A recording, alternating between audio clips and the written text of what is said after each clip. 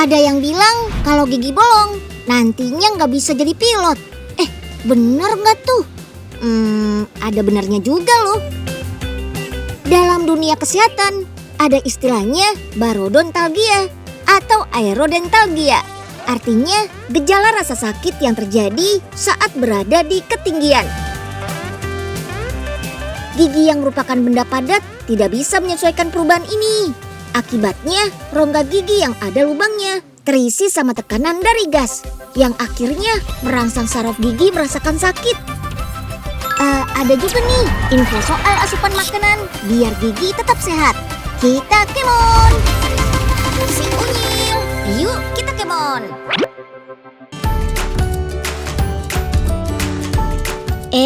Nggak cuma buat yang pengen jadi pilot aja ya. Menjaga kesehatan gigi dan mulut sejak dini tuh penting banget. Soalnya akar gigi terhubung dengan berbagai sistem saraf dalam tubuh. Kalau gigi bermasalah, bisa jadi pintu gerbang kuman dan bakteri masuk ke dalam tubuh tuh. Akibatnya nggak main-main loh, bisa sampai menyebabkan berbagai macam penyakit. Gak susah kok merawat kesehatan gigi. Yang pasti gosok gigi minimal 2 kali sehari. Rutin memeriksakan gigi ke dokter setiap 6 bulan sekali. Dan yang gak kalah penting, asupan makanan supaya gigi tetap sehat. Sebagai buah dengan rasa manis asam segar, stroberi sering diolah jadi minuman ataupun makanan enak loh. Kayak strawberry cheesecake pie ini nih. Warna merah pada stroberi bikin kue tampak lebih menarik ya. Adonan pie yang sudah dicetak dalam loyang tinggal dikasih krim cheese lalu di oven. Lanjut deh, susun stroberinya sebagai topping pie. Sela-sela stroberi dikasih selai sampai bagian atasnya tertutup. Meski buahnya bagus untuk kesehatan gigi, kalau sudah dijadikan pie kayak gini, berarti kandungan gulanya banyak juga ya Sobat Unyil. Jadi habis makan kuenya jangan lupa sikat gigi. Soalnya gula yang menempel pada gigi tuh jadi santapan lezat buat bakteri di mulut.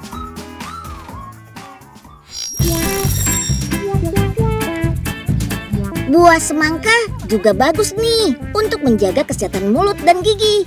Buah yang banyak kandungan airnya seperti semangka bisa merangsang air liur untuk membersihkan gigi. Selain itu, kandungan vitamin C-nya juga bermanfaat untuk kesehatan gusi. Sobat Unyil tahu nggak gimana sih milih semangka yang sudah matang? Gampang kok, tinggal ditepuk-tepuk aja. Kalau bunyinya nyaring, artinya semangka sudah tua. Dijamin deh, semangkanya sudah merah dan rasanya manis.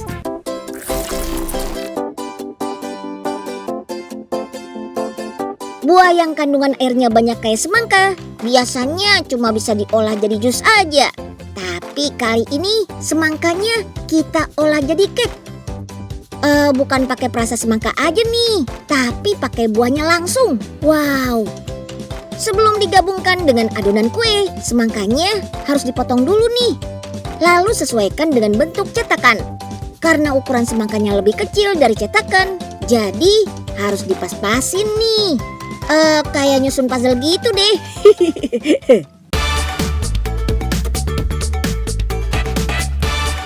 Kalau sudah pas, tinggal disusun deh. Mulai dari adonan kue, lalu kasih whipped cream biar semangkanya menempel. Susun semangka di atas cake, lalu kasih adonan cake lagi. Tinggal dikasih topping buah leci dan anggur. Jadi deh watermelon cake-nya. Kalau cake-nya pakai buah asli kayak gini sih, dijamin segar dan aman nih. Selain gak pakai perasa buatan, tepungnya juga pakai tepung almond loh. Jadi gak bikin gendut deh.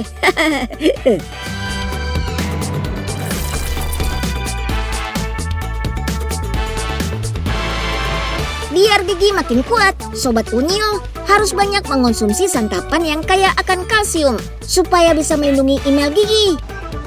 Simpelnya sih bisa dengan rutin minum susu. Biar nggak ngebosenin, bisa juga kok makan produk olahan susu. Kayak keju mozzarella warna-warni gini alias rainbow. Apalagi kalau dibuat olahan yang bikin ngiler kayak gini. Yummy. Yuk, Unyil ajak langsung deh ke rumah produksi keju mozzarella rainbow-nya di daerah Tapos, Bogor, Jawa Barat. Come on!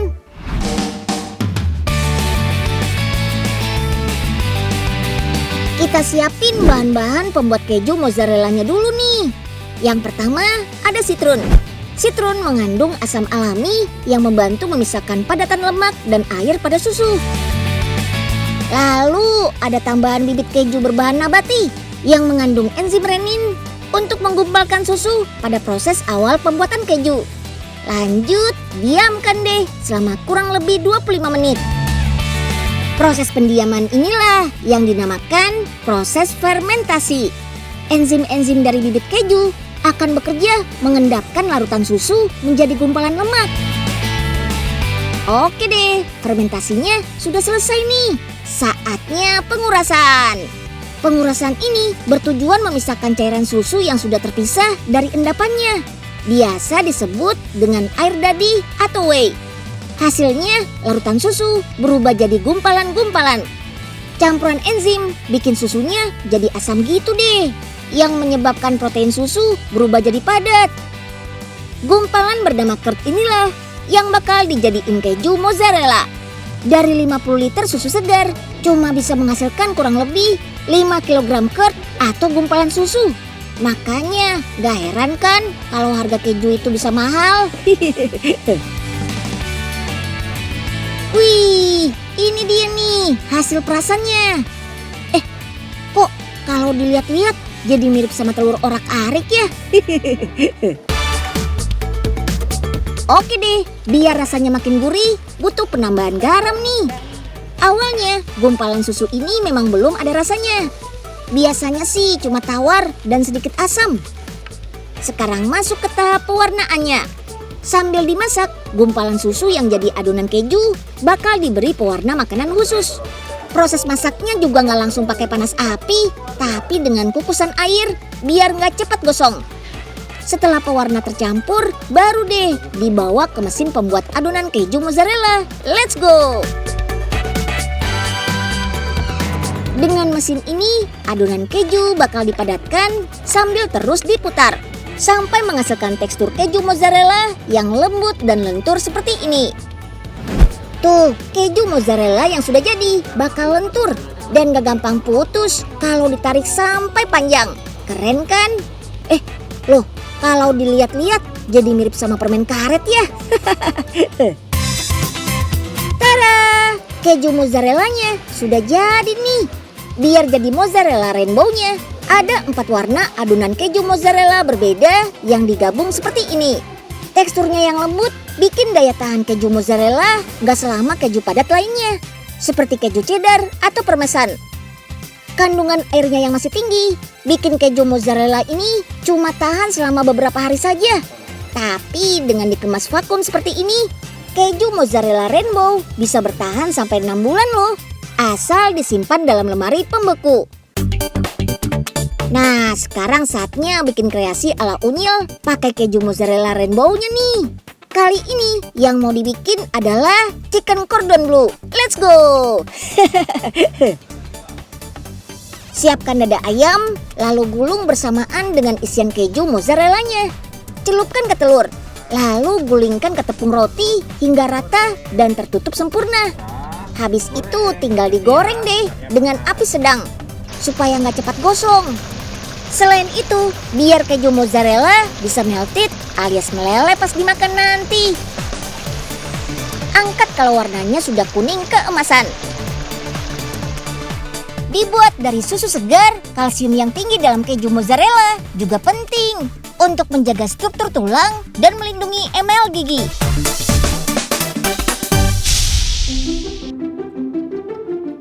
Nah, akhirnya Nyil, alat pembuat keju buatan Profesor ini sudah selesai. Wah, asik nih. Akhirnya Unyil bisa nikmatin makanan kesukaan Unyil kapan aja. Ini Prof, susunya udah dibawain dari tempat Tuan Abud. Kayaknya nggak habis mandi susu kan? Ya, iya maaf. Tadi Enyeng disuruh ngambil susunya sendiri. Kan takut. Jadi buru-buru terus aja langsung ke sini. Walah. Ya udah Pak Enyeng, sini langsung masukin aja susunya ke dalam mesin ini. Ayo Pak. Nah, udah semua. Sekarang kita pilih warnanya. Terus kita mulai deh. Loh, kok malah keluar asap gini sih, Prof? Prof, kok kenapa mukanya pada warna-warni kayak pelangi? Pokemon. Nah, ini dia pohon siwaknya. Ranting-ranting inilah yang nantinya dimanfaatkan untuk jadi pembersih gigi. Ranting baru bisa dipanen saat warnanya kecoklatan dan hanya dipilih yang berbatang lurus saja. Di timur tengah sana sih, siwak bisa tumbuh subur di iklim gurun. Tapi kalau Sobat Unyil pengen lihat pohon siwak, bisa kok ke kebun wisata di Pasuruan, Jawa Timur. Berdasarkan penelitian, siwak terbukti berkhasiat membersihkan dan melindungi gigi dari kuman. Karena ada kandungan fluoride. Bahkan, siwak juga direkomendasikan oleh Badan Kesehatan Dunia WHO sebagai bahan alami pembersih gigi. Meski terbukti ampuh buat menjaga kesehatan gigi, mendapatkan batang siwak tuh gak segampang beli pasta gigi di warung. Apalagi cara penggunaannya juga gak familiar. Solusinya bisa pakai produk pasta gigi yang menggunakan bahan campuran siwak sebagai bahan dasarnya. Pabrik pembuatannya ada di Pasuruan, Jawa Timur loh. Check it out! Kayu-kayu siwak ini asli didatangkan langsung dari Timur Tengah loh. Kayu siwak bakal dikeringkan dengan cara dijemur di bawah terik sinar matahari seperti ini. Kalau lagi terik-teriknya cukup seharian penuh, siwak sudah bisa kering sempurna. Siwak yang sudah kering bakal memudahkan proses penghalusan nantinya. Kayu-kayu siwak dihaluskan dengan cara digiling sampai menjadi serbuk halus. Nggak lupa juga disterilkan dari kontaminasi bakteri pembawa penyakit. Wah, tuh lihat deh, walaupun udah kelihatan halus, serbuk siwak ini masih ada sisa serat-serat kayu halusnya nih. Nantinya sih serbuk ini bakal dicampur dengan bahan pembuat pasta gigi lainnya. Tapi serat-serat halus ini bakal tetap utuh dan bersentuhan langsung dengan gigi kita. Selain serbuk halus kayu siwak, pasta gigi juga diberi tambahan bahan alami lain sebagai zat aktif. Seperti ekstrak daun sirih sebagai antibakteri supaya gigi gak cepat berlubang. Ada juga nih minyak cengkeh yang mengandung senyawa eugenol yang bersifat antiinflamasi sehingga mampu meredakan peradangan yang terjadi di gigi. Sifat antibakterinya juga mampu menghilangkan bau mulut, napas jadi lebih segar deh. Semua bahan dicampur dan diaduk sampai menyatu menggunakan vacuum mixer supaya hasilnya bisa membentuk tekstur krim pasta. Dan ini dia hasilnya. Pasta gigi siwaknya sudah jadi deh. Setelah proses pencampuran selesai, saatnya pengisian ke dalam kemasan khusus berbentuk tabung pakai mesin otomatis ini. Kemasan ini menggunakan lapisan berbahan aluminium foil yang bisa menahan produk dari kontaminasi dari luar kemasan. Dibanding pasta gigi biasa, penggunaan pasta gigi siwak ini cukup sebesar setengah bulu sikat gigi. Busanya juga nggak terlalu banyak. Pasta gigi ini mengandung banyak mineral yang bermanfaat buat kesehatan mulut dan gigi. Seperti fluoride untuk menjaga enamel gigi tetap sempurna dan mencegah gigi berlubang.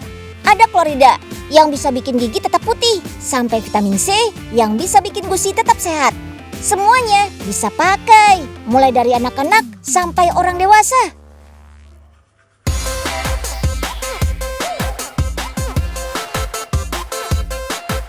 Inovasi siwak nggak sampai di pasta gigi aja nih. Ada juga sikat gigi yang bulunya terbuat dari serat kayu siwak.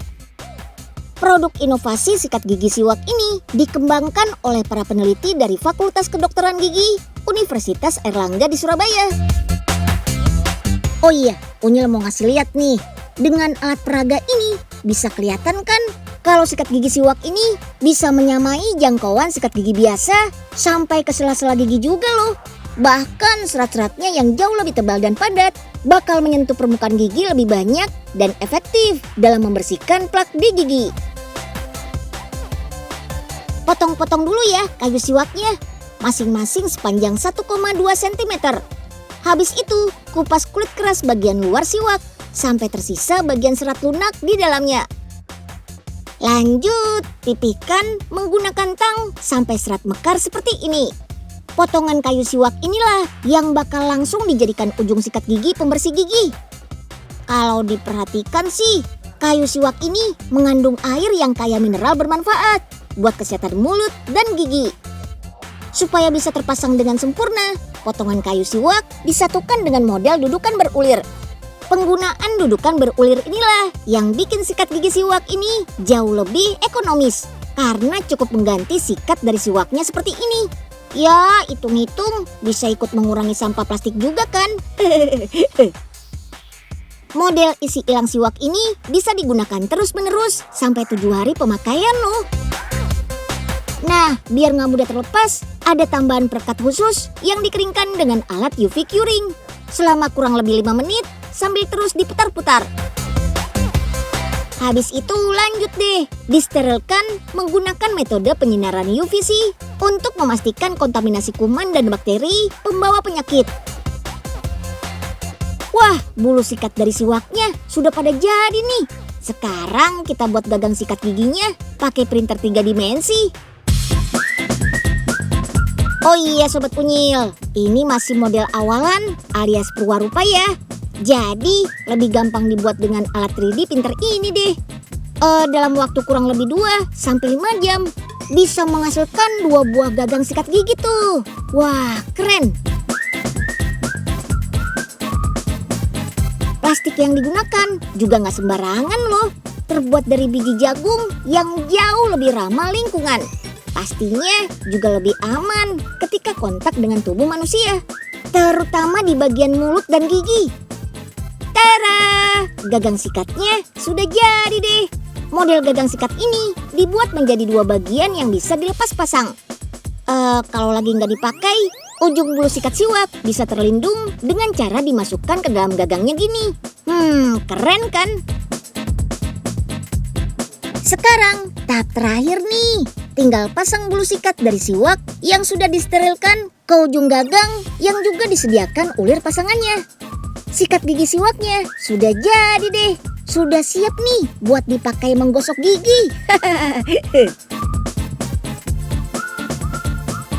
Yap, dengan mengkombinasikan desain sikat gigi konvensional dan siwak jadi model seperti ini, menjadikan aktivitas penggunaan siwak jadi lebih mudah dan terasa lebih familiar buat siapa aja.